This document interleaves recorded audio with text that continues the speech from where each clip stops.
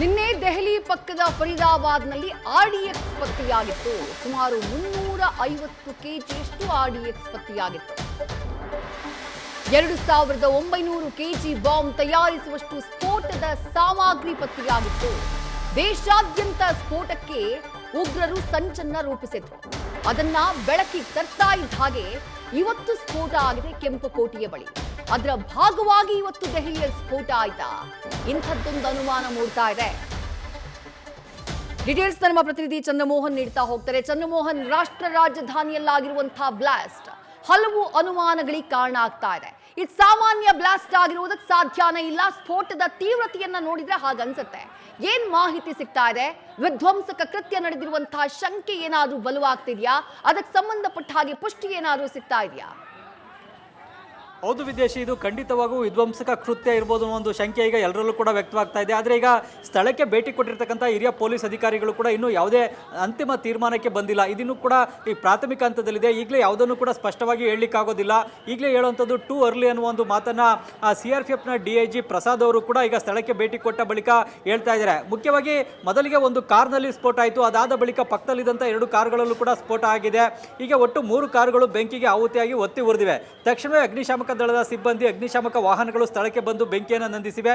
ಈ ಸ್ಫೋಟದಲ್ಲಿ ಈಗ 8 ರಿಂದ 9 ಮಂದಿ ಸಾವನ್ನಪ್ಪಿದ್ದಾರೆ. ಇನ್ನು 24ಕ್ಕೂ ಹೆಚ್ಚು ಮಂದಿ ಗಾಯಗೊಂಡು ಲೋಕನಾಯಕ್ ಜಯಪ್ರಕಾಶ್ ನಾರಾಯಣ್ ಆಸ್ಪತ್ರೆಗೆ ದಾಖಲಾಗಿ ಚಿಕಿತ್ಸೆಯನ್ನು ಪಡಿತಾ ಇದ್ದಾರೆ. ಮುಖ್ಯವಾಗಿ CNG ಕಾರ್ ಬ್ಲಾಸ್ಟ್ ಆದರೆ ಈ ರೀತಿಯಾಗಿ 8 ರಿಂದ 9 ಮಂದಿ ಸಾವನ್ನಪ್ಪಲಿಕ್ಕೆ ಸಾಧ್ಯವಾಗೋದಿಲ್ಲ. ಒಂದು ಕಾರು ಒತ್ತು ಉರಿಬಹುದು ಅಥವಾ ಕಾರ್ನಲ್ಲಿ ಇದ್ದಂಥವ್ರಿಗೆ ಜೀವ ಹಾನಿ ಆಗ್ಬೋದು. ಆದರೆ ಇಲ್ಲಿ ಅಕ್ಕಪಕ್ಕದಲ್ಲಿ ಇದ್ದಂಥ ಜನರೆಲ್ಲರೂ ಕೂಡ ಸಾವನ್ನಪ್ಪಿದ್ದಾರೆ. 8 ರಿಂದ 9 ಮಂದಿ ಸಾವನ್ನಪ್ಪಿದ್ದಾರೆ. ದೊಡ್ಡ ತೀವ್ರತೆಯ ಸ್ಫೋಟವೇ ಸಂಭವಿಸಿದೆ ಅಂತೇಳಿ ಸ್ಥಳದಲ್ಲಿದ್ದಂಥ ಜನ ಕೂಡ ಹೇಳ್ತಾ ಇದ್ದಾರೆ. ಈ ಸ್ಫೋಟದ ತೀವ್ರತೆ ಜಾಸ್ತಿ ಆಗಿದ್ದ ಕಾರಣಕ್ಕಾಗಿಯೇ ಅಕ್ಕಪಕ್ಕದಲ್ಲಿದ್ದಂಥ ಕಾರ್ಗಳಿಗೂ ಕೂಡ ಬೆಂಕಿ ಹೊತ್ಕೊಂಡಿದೆ. 8 ರಿಂದ 9 ಮಂದಿಯ ಸಾವಿಗೆ ಕಾರಣ ಆಗಿದೆ. ಮುಖ್ಯವಾಗಿ ಈಗ ದೆಹಲಿ ಪಕ್ಕದಲ್ಲೇ ಹರಿಯಾಣದ ಫರೀದಾಬಾದ್ ಜಿಲ್ಲೆ ಕೂಡ ಇದೆ. ಫರೀದಾಬಾದ್ನಲ್ಲಿ ಮೊನ್ನೆ ಅಷ್ಟೇ ಜಮ್ಮು ಕಾಶ್ಮೀರದ ಪೊಲೀಸರು ಒಂದು ಕಾರ್ಯಾಚರಣೆಯನ್ನು ನಡೆಸಿ ಅಲ್ಲಿ 350 ಕೆಜಿಯಷ್ಟು RDX ಅನ್ನು ವಶಪಡಿಸಿಕೊಂಡಿದ್ರು. ಜೊತೆಗೆ ಕಾರೊಂದರಲ್ಲಿ ಅಸಲ್ಟ್ ರೈಫಲ್ ಅನ್ನು ವಶಪಡಿಸಿಕೊಂಡಿದ್ರು. ಇದ್ರ ಜೊತೆಗೆ ಗುಜರಾತ್ನ ATS ಕೂಡ ಗುಜರಾತ್ ರಾಜ್ಯದಲ್ಲಿ ಅಹಮದಾಬಾದ್ನಲ್ಲಿ ಮತ್ತು ಬನಸ್ಕಾಂತದಲ್ಲೂ ಕೂಡ ಕಾರ್ಯಾಚರಣೆ ನಡೆಸಿ 3 ಶಂಕಿತ ಉಗ್ರರನ್ನು ಬಂಧಿಸಿದ್ದಾರೆ. ಅವರಿಂದಲೂ ಕೂಡ ಸ್ಫೋಟಕ ಸಾಮಗ್ರಿಗಳು, ರೈಫಲ್ಗಳು ಇವೆಲ್ಲವನ್ನು ಕೂಡ ವಶಪಡಿಸಿಕೊಂಡಿದ್ದಾರೆ. ಮುಖ್ಯವಾಗಿ ಫರೀದಾಬಾದ್ನಲ್ಲಿ ಬಂಧಿತರಾದಂತಹ ಜಮ್ಮು ಕಾಶ್ಮೀರದ ವೈದ್ಯ ಕೂಡ ದೇಶಾದ್ಯಂತ ಭಯೋತ್ಪಾದನಾ ಕೃತ್ಯಗಳನ್ನು ಎಸಗಬೇಕು ಅಂತಲೇ ಈ ಒಂದು RDX ಅನ್ನು ಸಂಗ್ರಹಿಸಿಟ್ಟಿದ್ದ ಅನ್ನೋ ಒಂದು ಪ್ರಾಥಮಿಕ ಮಾಹಿತಿ ತಿಳಿದು ಬಂದಿದೆ.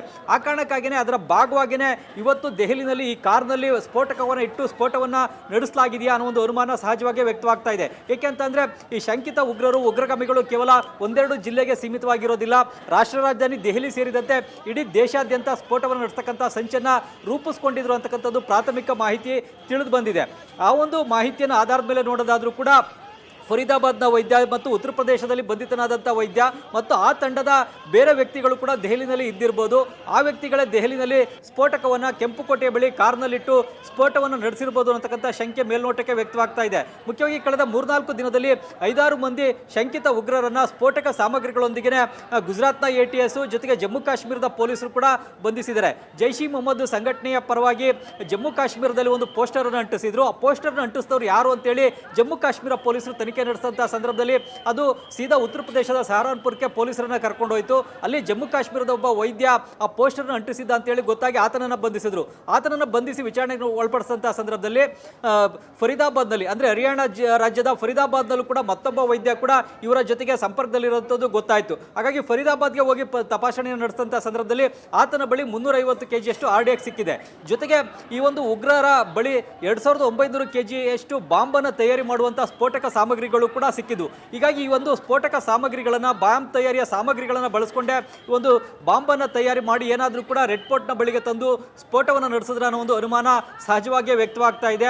ಈ ಕಾರಣಕ್ಕಾಗಿಯೇ ಇದನ್ನ ಕೇವಲ ಒಂದು CNG ಕಾರ್ನಲ್ಲಾದಂಥ ಸ್ಫೋಟ ಅಥವಾ CNG ಸಿಲಿಂಡರ್ನ ಸ್ಫೋಟ ಅಂತೇಳಿ ಪರಿಗಣಿಸಲಿಕ್ಕೆ ಸಾಧ್ಯವಾಗೋದಿಲ್ಲ. ಇದು ಭಯೋತ್ಪಾದನಾ ಕೃತ್ಯವೇ ಹೇಗೆ ಅನ್ನೋದ್ರ ಬಗ್ಗೆ ಈಗ ತನಿಖೆಯನ್ನು ನಡೆಸಬೇಕಾಗುತ್ತೆ. CNG ಬ್ಲಾಸ್ಟ್ ಆಗಿದ್ರೆ ಇಷ್ಟು ದೊಡ್ಡ ಮಟ್ಟದಲ್ಲಿ ಆಗ್ಲಿಕ್ಕಾಗಲಿ ಅಥವಾ ಇಷ್ಟು ದೊಡ್ಡ ಮಟ್ಟದಲ್ಲಿ ಜೀವಹಾನಿ ಸಂಭವಿಸಲಿಕ್ಕಾಗಲಿ ಕಾರಣ ಕಾರಣ ಆಗ್ತಾ ಇರಲಿಲ್ಲ. ಇದು ಖಂಡಿತವಾಗ್ಲೂ ಕೂಡ ಒಂದು ಸ್ಫೋಟಕ ಸಾಮಗ್ರಿಗಳನ್ನು ತಂದಿಟ್ಟು ಅದನ್ನು ಸ್ಫೋಟಿಸಿದ ಪರಿಣಾಮವಾಗಿಯೇ ಈ ಒಂದು ದೊಡ್ಡ ಮಟ್ಟದ ಸ್ಫೋಟ ಸಂಭವಿಸಿ ಈಗ 9 ಮಂದಿ ಸಾವನ್ನಪ್ಪಿದ್ದಾರೆ. ಮುಖ್ಯವಾಗಿ ರೆಡ್ ಫೋರ್ಟ್ನಲ್ಲಿ ಯಾವಾಗಲೂ ಕೂಡ ಜನಜಂಗುಳಿ ಇರುತ್ತೆ, ಜನದಟ್ಟಣೆ ಜಾಸ್ತಿ ಸಂಖ್ಯೆಯಲ್ಲಿ ಇರುತ್ತೆ. ಈ ಒಂದು ಓಲ್ಡ್ ಡೆಲ್ಲಿ ಪ್ರದೇಶದಲ್ಲಿ ಜನದಟ್ಟಣೆ ಜಾಸ್ತಿ, ಹಾಗಾಗಿ ಹೆಚ್ಚಿನ ಜನ ಸೇರ್ತಕ್ಕಂತಹ ಪ್ರದೇಶಗಳನ್ನೇ ಟಾರ್ಗೆಟ್ ಮಾಡಿಕೊಂಡು ಉಗ್ರರು ಕೂಡ ಸ್ಫೋಟಗಳನ್ನು ನಡೆಸ್ತಾರೆ. ಆ ಕಾರಣಕ್ಕಾಗಿಯೇ ಈ ಒಂದು ರೆಡ್ ಫೋರ್ಟ್ ಸ್ಥಳವನ್ನು ಆಯ್ಕೆ ಮಾಡಿಕೊಂಡೇ ಅಲ್ಲಿ ಕಾರ್ಗೆ ಸ್ಫೋಟಕವನ್ನು ತಂದು ಈ ಒಂದು ಸ್ಫೋಟವನ್ನು ನಡೆಸಿರ್ಬೋದು ಅಂತಕ್ಕಂಥ ಅನುಮಾನ ಕೂಡ ಸಹಜವಾಗಿ ವ್ಯಕ್ತವಾಗುತ್ತೆ. ಆದರೆ ಈಗ ಇದ್ರ ಬಗ್ಗೆ NIA ತನಿಖೆಯನ್ನು ನಡೆಸಬೇಕಾಗುತ್ತೆ. ಡೆಲ್ಲಿ ಪೊಲೀಸರ ತನಿಖೆಯನ್ನು ನಡೆಸಿ ಇವತ್ತು ಭಯೋತ್ಪಾದನಾ ಕೃತ್ಯವೇ, ಇದನ್ನು ಯಾರು ನಡೆಸಿದ್ರು, ಹೇಗೆ ನಡೆಸಿದ್ರು, ಸ್ಫೋಟಕ ಸಾಮಗ್ರಿ ಎಲ್ಲಿಂದ ಬಂತು, ಇದರ ಹಿಂದೆ ಇರತಕ್ಕಂಥ ಶಕ್ತಿಗಳು ಯಾರು ಅನ್ನೋದನ್ನ ಪತ್ತೆ ಹಚ್ಚಬೇಕಾಗುತ್ತೆ. ಈಗ ಮುಖ್ಯವಾಗಿ ರೆಡ್ ಫೋರ್ಟ್ನ ಸುತ್ತಮುತ್ತ ಕೂಡ CCTVಗಳು ಹೆಚ್ಚಿನ ಸಂಖ್ಯೆಯಲ್ಲಿ ಇವೆ. ಈ CCTVಗಳಿಂದಲೂ ಕೂಡ ದೃಶ್ಯಗಳನ್ನು ಸಂಗ್ರಹಿಸಿ ಯಾರು ಚಂದ್ರಮೋಹನ್, ಆ ರೆಡ್ ಫೋರ್ಟ್ ಜಾಗ ಏನಿದೆ ಈ ದೆಹಲಿನಲ್ಲಿ ನೀವು ಹಲವು ವರ್ಷಗಳ ಕಾಲ ಅಲ್ಲಿಂದ ನೀವು ವರದಿಗಾರಿಕೆಯನ್ನು ಮಾಡಿದಿರಿ. ಆ ಸ್ಫೋಟ ಸಂಭವಿಸಿದಂತಹ ಸ್ಥಳ, ಅದರ ವಿಶೇಷತೆ ಏನು? ಯಾಕೆ ಅದೇ ಜಾಗವನ್ನ ಈಗ ಅದು ವಿಧ್ವಂಸಕ ಕೃತ್ಯ ಅಂತಂದ್ರೆ ಅದೇ ಜಾಗವನ್ನ ಆಯ್ಕೆ ಮಾಡ್ಕೊಳ್ಳೋದಕ್ಕೆ ಏನು ಕಾರಣ ಇರಬಹುದು, ಅದನ್ನ ವಿವರಿಸಬಹುದಾ ಅಂತ ಹೇಳಿ ಚಂದ್ರಮೋಹನ್. ಮುಖ್ಯವಾಗಿ ರೆಡ್ ಫೋರ್ಟ್ ಅಂತಂದ್ರೆ ಒಂದು ಐತಿಹಾಸಿಕ ಸ್ಥಳ. ಭಾರತಕ್ಕೆ ಸ್ವಾತಂತ್ರ್ಯ ಸಿಕ್ಕ ಬಳಿಕ ಮೊದಲ ಬಾರಿಗೆ ಅಲ್ಲಿ ಧ್ವಜಾರೋಹಣ ಮಾಡಿದ್ರು ಮತ್ತು ಪ್ರತಿ ವರ್ಷ जैसे ही इसकी खबर मिली हम सारी एजेंसीज जो है Delhi police, FSL, NIA, NSG उनकी टीम्स यहाँ पे आ चुकी हैं और हालात का जायजा भी ले रही है. हर तरीके से इस जो है एक्सप्लोजन के बारे में जांच की जा रही है और जल्दी ही इसका आकलन करके इसका जो भी रिजल्ट निकलेगा वो आपको बताया जाएगा.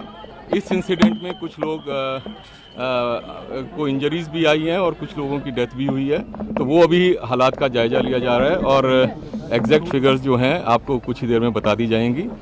और सिचुएशन को रेगुलरली मॉनिटर किया जा रहा है और गृह मंत्री जी भी जो है उनसे रेगुलरली उनका फ़ोन भी आया था, उनको रेगुलरली ब्रीफ किया जा रहा है और उनको टाइम टू टाइम पूरी सूचना दी जा रही है और आगे जैसे भी हालात होंगे जो भी नतीजा निकलेगा आपको बताया जाएगा. अभी इसको आकलन किया जा रहा है. ಘಟನೆಗೆ ಕಾರಣ ಏನು ಅನ್ನೋದನ್ನ ಆ ಹಿರಿಯ ಪೊಲೀಸ್ ಅಧಿಕಾರಿಗಳು ಘಟನಾ ಸ್ಥಳಕ್ಕೆ ಬಂದವರು ಅದನ್ನ ತಿಳಿಸುವಂತಹ ಕೆಲಸ ಮಾಡಲಿಲ್ಲ.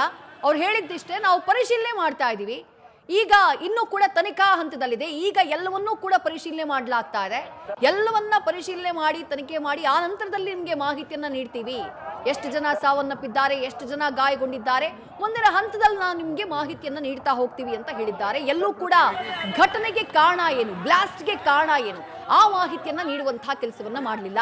ಡೀಟೇಲ್ಸ್ ನಮ್ಮ ಪ್ರತಿನಿಧಿ ಚಂದ್ರಮೋಹನ್ ನೀಡ್ತಾ ಇದ್ರು. ಚಂದ್ರಮೋಹನ್, ನೀವು ವಿವರಿಸ್ತಾ ಇದ್ರಿ ಕೆಂಪು ಕೋಟೆಯನ್ನೇ ಯಾಕೆ ಆಯ್ಕೆ ಮಾಡಿಕೊಂಡಿರಬಹುದು ಇಫ್ ಇನ್ ಕೇಸ್ ಇದು ವಿಧ್ವಂಸಕ ಕೃತ್ಯ ಆದ್ರೆ ಅಂತ ಹೇಳಿ. Please continue Chandramohan. ಮುಖ್ಯವಾಗಿ ವಿದ್ಯಾ, ಈ ಒಂದು ಜಾಗದಲ್ಲಿ ಹೆಚ್ಚಿನ ಸಂಖ್ಯೆಯಲ್ಲಿ ಜನ ಯಾವಾಗಲೂ ಕೂಡ ಓಡಾಡ್ತಾ ಇರ್ತಾರೆ ಮತ್ತು ಟ್ರಾಫಿಕ್ ಜಾಮ್ ಕೂಡ ಜಾಸ್ತಿ ಇರುತ್ತೆ. ಒಂದು ಜನದಟ್ಟಣೆ ಪ್ರದೇಶ. ಈ ಪ್ರದೇಶದಲ್ಲಿ ಏನಾದರೂ ಕೂಡ ಬಾಂಬನ್ನು ಇಟ್ಟು ಸ್ಫೋಟವನ್ನು ನಡೆಸಿದ್ರೆ ಹೆಚ್ಚಿನ ಸಾವು ನೋವುಗಳು ಸಂಭವಿಸ್ತವೆ. ಈ ಕಾರಣಕ್ಕಾಗಿಯೂ ಕೂಡ ಉಗ್ರಗಾಮಿ ಸಂಘಟನೆಗಳು ರೆಡ್ ಫೋರ್ಟ್ನ ಸ್ಥಳವನ್ನೇ ಆಯ್ಕೆ ಮಾಡ್ಕೊಂಡಿರ್ಬೋದು ಮತ್ತು ರೆಡ್ ಫೋರ್ಟ್ನ ಮೆಟ್ರೋದ ಮೂಲಕವೂ ಕೂಡ ಹೆಚ್ಚಿನ ಸಂಖ್ಯೆಯಲ್ಲಿ ಜನ ಸಂಚಾರವನ್ನು ಮಾಡ್ತಾರೆ. ಮೆಟ್ರೋ ಸ್ಟೇಷನಿಂದ ಹೊರಗಡೆ ಬರುವಂಥವ್ರು ಮತ್ತು ಮೆಟ್ರೋದ ಒಳಗಡೆ ಹೋಗ್ತಕ್ಕಂಥವ್ರು ಕೂಡ ಆ ಗೇಟ್ನ ಮೂಲಕವೇ ಹೊರಗಡೆ ಬರೋದು, ಒಳಗಡೆ ಬರ್ತಕ್ಕಂಥ ಕೆಲಸವನ್ನು ಮಾಡ್ತಾ ಇರ್ತಾರೆ. ಆ ಕಾರಣಕ್ಕಾಗಿಯೇ ಮೆಟ್ರೋ ಗೇಟ್ನ ಸ್ಥಳವನ್ನೇ ಆಯ್ಕೆ ಕೊಂಡು ಈ ಸ್ಫೋಟವನ್ನು ನಡೆಸಿರ್ತಕ್ಕಂಥ ಸಾಧ್ಯತೆಗಳು ಹೆಚ್ಚಾಗಿವೆ. ಈಗ ಇದ್ರ ಬಗ್ಗೆ ಈಗ ದೆಹಲಿ ಪೊಲೀಸರು ಮತ್ತು ನ್ಯಾಷನಲ್ ಇನ್ವೆಸ್ಟಿಗೇಷನ್ ಏಜೆನ್ಸಿ ತನಿಖೆಯನ್ನು ನಡೆಸಿ ಯಾರು ಈ ಒಂದು ಸ್ಫೋಟವನ್ನು ನಡೆಸಿದ್ರು, ನಿಜಕ್ಕೂ ಕೂಡ ಅಲ್ಲಿ ಸ್ಫೋಟಕವನ್ನು ತಂದಿಟ್ಟೆ ಸ್ಫೋಟವನ್ನು ನಡೆಸಲಾಯ್ತಾ ಅಥವಾ ಈ ಕಾರ್ನ CNG ಸಿಲಿಂಡರ್ ಏನಾದರೂ ಕೂಡ ಸ್ಫೋಟ ಸಂಭವಿಸಿ ದೊಡ್ಡ ಮಟ್ಟದ ಹಾನಿ ಸಂಭವಿಸ್ತಾ ಹೇಗೆ ಅನ್ನೋದ್ರ ಬಗ್ಗೆ ತನಿಖೆಯಲ್ಲಿ ಮಾಹಿತಿಯನ್ನು ಕಲೆ ಹಾಕಬೇಕಾಗುತ್ತೆ. ಆದ್ರೀಗ NIA ಅಧಿಕಾರಿಗಳಿಗಾಗ್ಬೋದು ಅಥವಾ ದೆಹಲಿ ಪೊಲೀಸರಿಗಾಗ್ಬೋದು ಯಾವುದೇ ಸ್ಪಷ್ಟವಾದಂಥ ತೀರ್ಮಾನಕ್ಕೆ ಬರಲಿಕ್ಕೆ ಸಾಧ್ಯವಾಗ್ತಾ ಇಲ್ಲ. ಯಾಕೆಂತಂದ್ರೆ ಈಗ 1 ಗಂಟೆಯ ಹಿಂದೆ ಅಷ್ಟೇ ಈ ಒಂದು ಸ್ಫೋಟ ಸಂಭವಿಸಿದೆ. ಈಗ ಪ್ರಾಥಮಿಕ ಮಾಹಿತಿಯನ್ನು ಅಷ್ಟೇ ಪೊಲೀಸರು ಮತ್ತು NIA ಅಧಿಕಾರಿಗಳು ಕೂಡ ಕಲೆ ಹಾಕ್ತಾ ಇದ್ದಾರೆ. ಈಗಾಗಲೇ ಸ್ಥಳಕ್ಕೆ NIA ಅಧಿಕಾರಿಗಳು, NSG ಅಧಿಕಾರಿಗಳು ಜೊತೆಗೆ ದೆಹಲಿ ಪೊಲೀಸರು ಮತ್ತು ದೆಹಲಿ ಸ್ಪೆಷಲ್ ಸೆಲ್ನ ಪೊಲೀಸರು ಕೂಡ ಬಂದು ಪರಿಶೀಲನೆಯನ್ನು ನಡೆಸ್ತಾ ಇದ್ದಾರೆ. CRPFನ ಅಧಿಕಾರಿಗಳು ಕೂಡ ಸ್ಥಳಕ್ಕೆ ಭೇಟಿಯನ್ನು ಕೊಟ್ಟು ಪರಿಶೀಲನೆಯನ್ನು ನಡೆಸ್ತಾ ಇದ್ದಾರೆ. ಮುಖ್ಯವಾಗಿ ಈ ಹಿಂದೆ ಇದೇ ಕೆಂಪುಕೋಟೆ ಮತ್ತು ಕೆಂಪುಕೋಟೆಯ ಸಮೀಪದಲ್ಲೇ ಜಾಮಾ ಮಸೀದಿ ಕೂಡ ಇದೆ. ಆ ಜಾಮಾ ಮಸೀದಿಯ ಸಮೀಪದಲ್ಲೂ ಕೂಡ ಸ್ಫೋಟಗಳು ಸಂಭವಿಸಿವೆ. ಕೆಂಪುಕೋಟೆಯ ಸಮೀಪದಲ್ಲೂ ಕೂಡ ಸ್ಫೋಟಗಳು ಸಂಭವಿಸಿವೆ. ಹಾಗಾಗಿ ಒಂದು ಕೆಂಪುಕೋಟೆ ಈ ಭಯೋತ್ಪಾದಕರ ಟಾರ್ಗೆಟ್ ಲಿಸ್ಟಲ್ಲಿ ಇರ್ತಕ್ಕಂಥದ್ದು ಅನ್ನೋದು ದೆಹಲಿ ಪೊಲೀಸರಿಗೂ ಕೂಡ ಗೊತ್ತಿರತಕ್ಕಂಥ ವಿಚಾರ. ಆ ಕಾರಣಕ್ಕಾಗಿಯೇ ಕೆಂಪುಕೋಟೆ ಬಳಿ ಯಾವಾಗಲೂ ಕೂಡ ಹೆಚ್ಚಿನ ಭದ್ರತೆನೇ ಇರುತ್ತೆ. ಆದರೆ ಈ ಒಂದು ಮೆಟ್ರೋ ಸ್ಟೇಷನ್ನ ಗೇಟ್ನ ಬಳಿ ಇವತ್ತು ಸ್ಫೋಟ ಸಂಭವಿಸಿದೆ. ಈ ಒಂದು ಗೇಟ್ನ ಬಳಿ ಅಲ್ಲಿ ಮೆಟ್ರೋದಲ್ಲಿ ಓಡಾಡ್ತಕ್ಕಂಥ ಪ್ರಯಾಣಿಕರನ್ನ ಗುರಿಯಾಗಿರಿಸಿಕೊಂಡು ಅಲ್ಲಿದ್ದಂಥ ಜನದಟ್ಟಣೆಯನ್ನು ಗುರಿಯಾಗಿಸಿಕೊಂಡೇ ಈ ಸ್ಫೋಟವನ್ನು ನಡೆಸಿರ್ತಕ್ಕಂತಹ ಸಾಧ್ಯತೆಗಳಿದೆ. ಮುಖ್ಯವಾಗಿ ದೇಶಾದ್ಯಂತ ವಿಧ್ವಂಸಕ ಕೃತ್ಯಗಳನ್ನು ನಡೆಸಲಿಕ್ಕೆ ಜೈಷ್ ಎ ಮೊಹಮ್ಮದ್ ಸಂಘಟನೆ ಒಂದು ಪ್ಲಾನ್ ಅನ್ನು ರೂಪಿಸಿತ್ತು ಅನ್ನೋ ಒಂದು ಮಾಹಿತಿ ಮೊನ್ನೆ ಹರಿಯಾಣ ಪೊಲೀಸರಿಗೆ ದೆಹಲಿ ಪೊಲೀಸರಿಗೂ ಕೂಡ ಗೊತ್ತಾಗಿತ್ತು. ಈ ಕಾರಣಕ್ಕಾಗಿಯೇ ದೆಹಲಿನಲ್ಲಿ ಪೊಲೀಸರು ಕೂಡ ಅಲರ್ಟ್ ಸ್ಥಿತಿನಲ್ಲೇ ಇದ್ರು. ಆದರೂ ಕೂಡ ಈ ಒಂದು ಸ್ಫೋಟಕ ಸಾಮಗ್ರಿಗಳು ರಾಷ್ಟ್ರ ರಾಜಧಾನಿಯನ್ನ ತಲುಪಿದ್ದು ಹೇಗೆ ಅನ್ನೋದ್ರ ಬಗ್ಗೆ ಕೂಡ ಈಗ ತನಿಖೆಯನ್ನು ನಡೆಸಬೇಕಾಗುತ್ತೆ. ಮುಖ್ಯವಾಗಿ 350 kgಯಷ್ಟು RDX ದೆಹಲಿಯ ಪಕ್ಕದ ಫರೀದಾಬಾದ್ನಲ್ಲೇ ಪತ್ತೆಯಾಗಿತ್ತು. ಫರೀದಾಬಾದ್ಗೂ ದೆಹಲಿಗೂ ಜಾಸ್ತಿ ದೂರ ಏನಿಲ್ಲ, ಸುಮಾರು 20-30 ಕಿಲೋಮೀಟರ್ ಅಷ್ಟೇ ದೂರದಲ್ಲಿದೆ. ಹಾಗಾಗಿ ಅಂತಹ ಸ್ಥಳಕ್ಕೆ ಯಾವುದೇ ಚೆಕ್ ಪೋಸ್ಟ್ಗಳಾಗ್ಬೋದು ಅಥವಾ ಪೊಲೀಸರ ಕಣ್ಣಿಗೆ ಬೀಳದಂತೆ RDX ಅನ್ನು ಹೇಗೆ ಸಾಗಿಸಿದ್ರು ಅನ್ನತಕ್ಕಂಥ ಪ್ರಶ್ನೆ ಕೂಡ ಸಹಜವಾಗೇ ಬರುತ್ತೆ. ಈಗ ಅದ್ರ ಬಗ್ಗೆನೂ ಕೂಡ ಜಮ್ಮು ಕಾಶ್ಮೀರದ ಪೊಲೀಸರು ಮತ್ತು ಹರಿಯಾಣ ಪೊಲೀಸರು ಕೂಡ ತನಿಖೆ ನಡೆಸ್ತಾ ಇದ್ದಾರೆ.